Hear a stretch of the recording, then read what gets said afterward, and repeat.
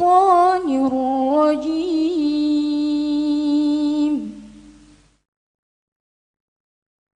بسم الله الرحمن الرحيم. جزاك الله خير. سامحونا والله. جزاك الله خير أستاذنا. سامحونا أستاذنا.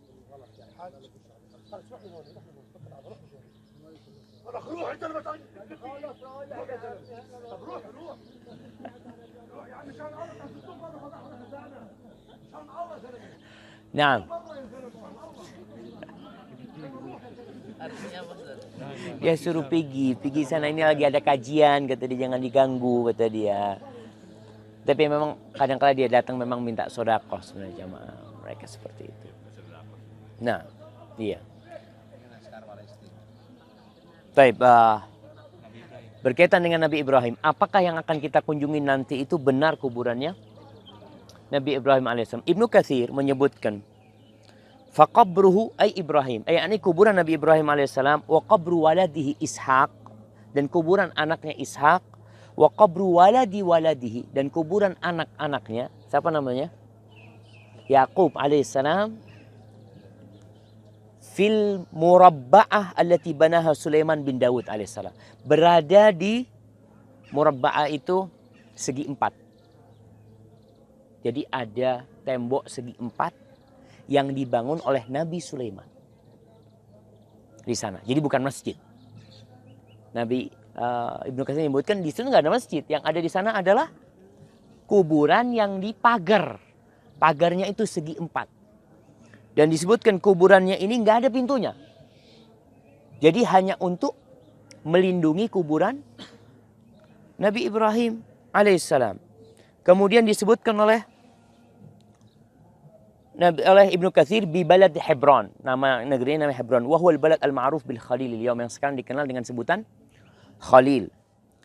Wa hadha mutalaqqa, kata Ibnu Katsir, dan keyakinan ini bahwa situ di situ ada kuburannya Nabi Ibrahim bersama keluarganya, ini diterima bitawatur ummatan ba'da ummah, yang didapat secara mutawatir dari umat yang sebelumnya ke umat yang selanjutnya, wajilan ba'da jil, dari generasi selanjutnya, sampai menyebutkan di situ tuh tempat kuburan Nabi Ibrahim, min zamani Bani Israel ila zamanina hada. Kata Ibnu Katsir, dari zaman Bani Israel sampai zamannya Ibnu Katsir, bahwasanya tempat itu adalah kuburannya Nabi, bukan masjid, ingat, kuburannya Nabi Ibrahim alaihissalam. Anna qabrahu bil murabba' tahqiqan, secara pasti di sana kuburannya. Fa amma ta'yinuhu minha falaysa fihi khabarun sahih, tapi menentukan yang mana kuburannya itu enggak ada khabar yang sahih. Ingat, berada di tempat itu. Artinya kalau kita bicara kalau kita berangkat ke Madinah, ke kuburan Uhud, kita bisa lihat mana kuburan sahabat fulan, mana kuburan sahabat fulan. Di situ ada 70 sahabat yang meninggal dunia, tapi kita tahu semuanya ada di sana.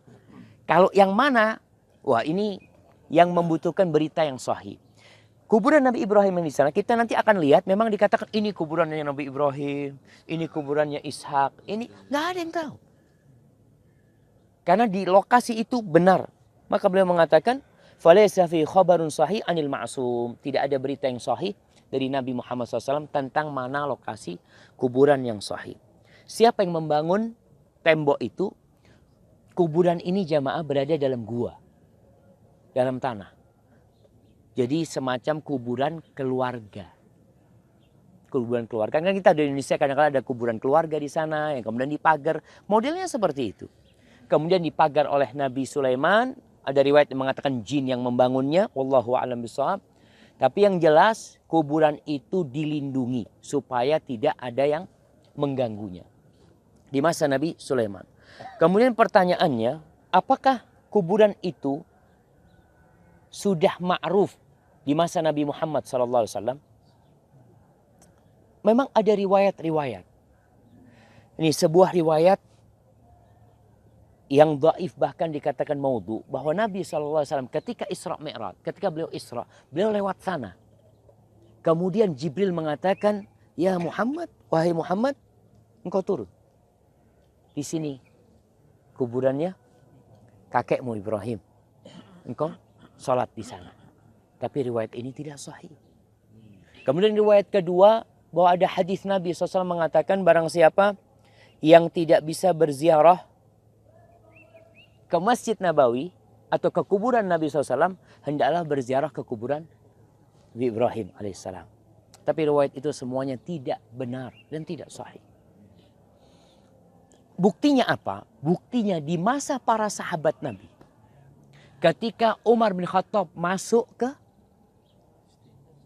Masjidil Aqsa, masuk ke Yerusalem, nggak ada riwayat para sahabat pada berziarah ke Hebron, pada ziarah ke sana, nggak ada. Karena memang tidak disyariatkan, la tusyaddu rihal illa ila thalatha masajid. Kemudian dengan berjalannya waktu, disebutkan bahwasanya kira-kira tahun 38 sebelum Masehi, ketika negeri ini dikuasain oleh Romawi, dibangunlah di atas tembok yang segi 4 itu bangunan. Bangunan apa? Gereja. Tempat ibadah mereka. Ini seperti yang disebutkan oleh Nabi SAW ketika Ummu Salamah berangkat ke Habasyah. Dia melihat di situ banyak gambar-gambar foto, bukan foto-foto ya, lukisan-lukisan, patung-patung di mozaik, mungkin di gereja-gereja yang ada di sana. Maka Rasul SAW mengatakan, la'natullah alal yahud wan nasara. Allah melaknat orang-orang Yahudi dan Nasrani. Kenapa? Ittakhadhu qubur anbiya'i masajid. Mereka menjadikan kuburan-kuburan nabi mereka itu sebagai masjid-masjid, tempat ibadah. Artinya masjid yang buat kita, dulu mereka juga punya masjid, tempat ibadah mereka. Sebagaimana nama ini sejak dulu namanya Masjidil Aqsa. Jadi mereka menjadikan kuburan para nabi itu sebagai tempat ibadah. Maka yang pertama membangun tempat ibadah di atas kuburan Nabi Ibrahim dan keluarganya siapa? Herodos. Yang dikatakan dari Romawi pada waktu itu. Dia bangun. Jadi pondasinya nanti akan kita lihat itu. Makanya para ulama menjelaskan, kalau kita berangkat ke sana, kita akan melihat bangunan ini kayak benteng. Kita itu akan naik. Karena memang ada tembok yang besar sekali. Yang kalau yang membangun Nabi Sulaiman, kita bisa bayangkan seperti apa kira-kira bangunannya pada waktu itu. Dibangun oleh Herodos lah pada waktu itu. Ketika umat Islam berkuasa kembali kepada masa Umar bin Khattab radhiyallahu taala, Umar tidak ada berkunjung ke sana, tidak ada para sahabat yang meriwayatkan mereka sholat di sana, mengunjungi Nabi Ibrahim alaihissalatu wassalam, nggak ada. Kemudian ya sudah, tempat itu tetap menjadi makbaroh, kuburan. Kapan berubah menjadi masjid? Diriwayatkan pada masa Salahuddin Al-Ayyubi. Jadi Salahuddin Al-Ayyubi itu datang setelah masanya Fatimiyah. Fatimiyah itu penguasa Mesir dari golongan Syiah. Mereka yang membangun kuburan-kuburan, membangun masjid-masjid, kubah-kubah di atas kuburan itu disebutkan yang pertama kali adalah kelompoknya Syiah Fatimiyah. Generasi yang selanjutnya terpengaruh dengan tradisi yang sebelumnya. Biasanya kan orang melihat banyak bangunan bagus-bagus ya. Kemudian mereka ingin mengadopsi hal itu untuk dilanjutkan di pemerintahan yang selanjutnya. Maka kalau benar itu yang dilanjutkan, yang membangun adalah Salahuddin Al-Ayyubi, maka karena terpengaruh dengan peradaban Fatimiyah. Jamaah, kalau kita lihat di masa Rasul SAW, masjid itu nggak ada kubahnya. Nggak ada kubahnya, nggak ada menaranya. Kapan mulai ada kubah? Setelah meluasnya negeri Islam. Ketika mereka masuk ke daerah Syam, mereka masuk ke daerah Persia, peradaban mereka ini lebih dahulu. Secara arsitek orang-orang Persia itu bagus-bagus. Yang namanya diwan. Diwan itu bangunan yang model kubah gini, yang nggak ada tiangnya. Itu dimulai dari Persia. Maka umat Islam pada waktu itu mulai membawa peradaban ya, arsitek yang bagus buat mereka, dibawa ke negeri Islam, dibangunlah masjid. Makanya kalau kita lihat gereja ada kubahnya, ada menaranya. Jangan dikatakan oh mereka mencontoh umat Islam gitu ya. Enggak. Bahkan mereka lebih dulu dari kita. Jadi itu memang bangunan yang ada pada masa itu seperti itu. Kalau kita berangkat ke Andalusia, kita berangkat ke Masjid Cordoba, bangunan itu sejatinya adalah memang gereja. Ketika masuk ke sana umat Islam dibagi dua, separuh buat umat Islam sebagai masjid, separuhnya gereja. Setelah itu dibeli semuanya dijadikan masjid oleh umat Islam dengan kondisi bangunan seperti itu yang bagus sekali. Kembali kepada Al-Khalil. Maka kita nanti berkunjung ke sana bukan dengan niat berziarah, menziarahi kuburan Nabi Ibrahim alaihissalam. Kita sampai sana, oke, kita sudah sampai di sini, kita ingin melihat mana sih yang dikatakan kuburan Nabi Ibrahim. Yang jelas di sana benar, insya Allah terdapat kuburan keluarga Nabi Ibrahim. Tapi yang mana wallahu alam. Kita ke sana mengucapkan salam, kita melihat. Kenapa jamaah? Karena kita sebenarnya tidak boleh melakukan perjalanan beribadah kecuali ketiga masjid. Masjidil Haram, Masjid Nabawi, dan Masjidil Aqsa. Jadi kita ke sana bukan mau ke masjidnya Nabi Ibrahim, bukan. Kita datang ke Hebron, ya kita lihat ini loh sejarah yang ada, kita lihat katanya di sini kuburkan Nabi Ibrahim, maka kita datang ke sana sekedar untuk mengucapkan salam, kemudian mendoa, bukan berdoa di sana, artinya tidak ada hadis yang menyatakan doa di kuburan Nabi itu mustajab. Maka kita tidak boleh memang sengaja cari kuburan-kuburan karena berharap insya Allah doa di sini mustajab. Karena banyak buku-buku yang menjelaskan hal itu. Bahkan ada penulis yang mengatakan dari Palestina, aku punya masalah pada waktu itu, aku berangkat ke Hebron, di sana aku pegang itu kelambunya, aku menangis minta sama Allah, pulang dari sana Allah kabulkan aku. Ya, Paul mengatakan bukan karena kuburannya dikabulkan, bisa jadi karena kebenaran doa dia. Orang musyrik pun ketika dia berdoa dengan sungguh-sungguh Allah kabulkan doanya. Ketika dia ikhlas dalam hal itu. Maka bukan karena tempatnya, tetap kita dalam beragama bersandar kepada Al-Quran, bersandar kepada sunnah Nabi SAW, berdasarkan pemahaman para salafus saleh. Jadi kemudian jadilah ini masjid sekarang. Ketika kaum salibiyun masuk ke sini, para salibis masuk ke sini, itu diganti lagi jadi gereja. Jadi masa Salahuddin jadi apa? Jadi masjid. Sebelum Salahuddin kan mereka jadikan gereja. Akhirnya di masa Salahuddin dibangunlah masjid. Karena sudah ada bangunan tadi di sana, diteruskan dan sampai sekarang dibagi menjadi dua. Jadi kita ke sana bukan hendak sholat di masjidnya, maka tidak perlu kita sholat di sana. Nggak perlu, kita cuma sana. Karena itu kuburan sebenarnya. Itu sebenarnya kuburan yang dibangun di atas dibangun. Dan di sebelahnya itu sinagog sudah. Sebelahnya itu memang dibagi dua akhirnya bangunan tersebut. Hadza wallahu a'lam bishawab. Karena ada larangan sholat di masjid yang ada kuburannya atau kita sholat menghadap kuburan. Taib. Kalau ada pertanyaan? Nah, sebelah kanan dulu nih, Bang. Taib.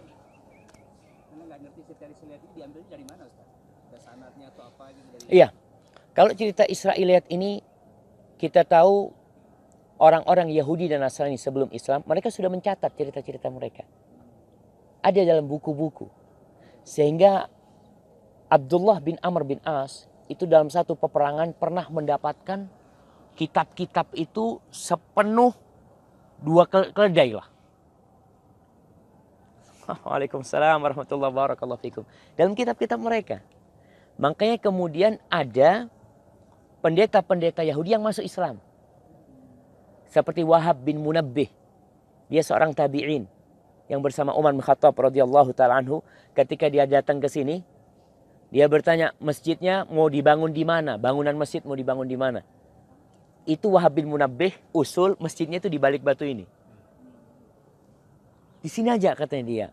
Itu yang katanya Umar bin Khattab, naza'at ka yahudiyatuka. Kau masih ada Yahudinya sedikit nih.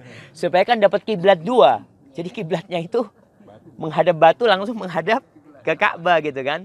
Maka akhirnya dibangun di depan oleh Umar bin Khattab radhiyallahu ta'ala. Jadi kisah-kisah itu diambil dari pendeta-pendeta Yahudi yang masuk Islam, yang mereka menceritakan biasanya disebutkan dalam Taurat, kemudian disebutkan oleh nenek-nenek kami.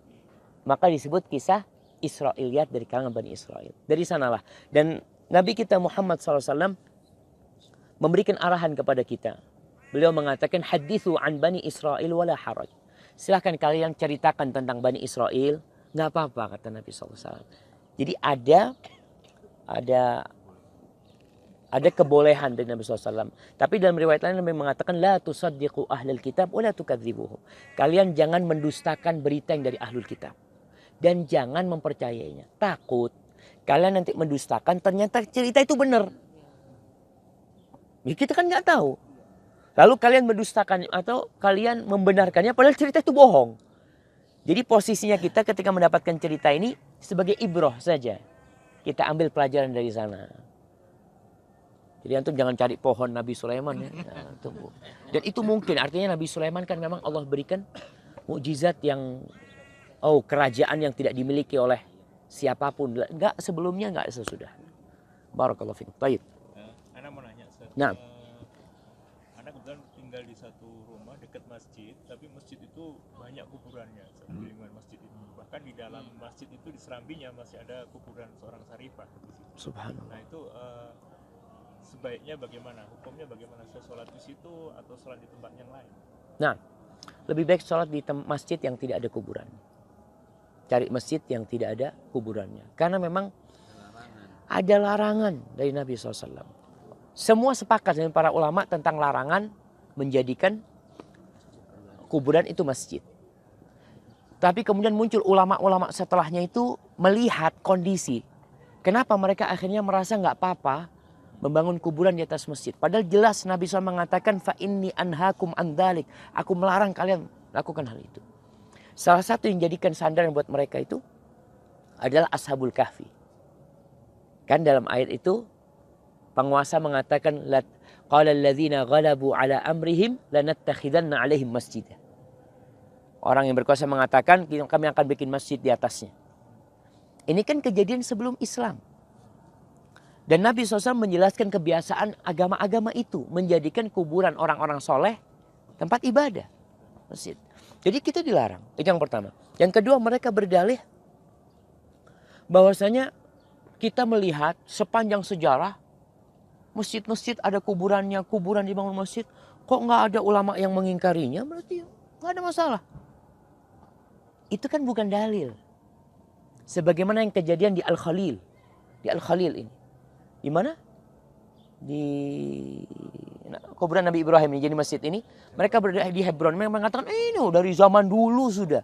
Dari zaman siapa? Itu yang perlu kita pahami. Jadi kalau bisa sholat. Cari masjid yang tidak ada kuburannya. Dan sampaikan kepada orang. Yang lebih berat lagi ketika meyakini sholat di sana lebih mulia. Karena ada kuburannya ini langsung diterima nih sholatnya. Barakallahu fikum. Masya Allah, ini apa ini jamaah? Oh, koking. Pertanyaan yang tadi Ustaz. Ya. Kita ini kan ilmunya belum tahu lah nih buku Israel yang bagus. Ini bacaan Islam aja, yang Islam Nusantara, yang ini aja kita kadang-kadang masih wah ini ada benernya, masih ada kayak gitu. Kalau saya punya pendapat misalnya lebih baik saya menghindar Ustaz. Itu gimana pendapat Ustaz? Nggak ada masalah. Artinya kan Nabi SAW hanya membolehkan, bukan menyuruh. Kalau kisah Israel di mana kita akan dapatkan? Di buku-buku tafsir. Jadi Ibnu Katsir dalam kitab tafsirnya ketika menceritakan Nabi Sulaiman, kan ceritanya ringkas. Nabi Sulaiman punya apa? Punya kerajaan ya, disebutkan dia bisa umpamanya memerintah jin ya, kematiannya itu baru ketahuan. Cuma detailnya ini gimana ceritanya gitu loh. Itu didapatkan oleh Ibnu Katsir dalam Israiliyat. Makanya oleh Ibnu Katsir disebutkan. Dia menyebutkan ini minal Israiliyat. Sehingga kita jangan cari buku Israiliyat. Jangan. Enggak ada arahan. Jadi Ana menyampaikan ini karena Ana baca bukunya Ibnu Katsir Qasasul Anbiya, kisah para nabi yang tulis Ibnu Katsir. Bukan baca Israiliyat. Bukan Israiliyat, Ana nggak ada buku Israiliyat. Jadi memang para ulama mufassirin ini salah satu kelemahan yang disebutkan oleh sebagian ulama, banyaknya kisah-kisah Israiliyat dalam buku-buku tafsir. Tapi sebenarnya itu bukan celaan. Karena Nabi SAW membolehkan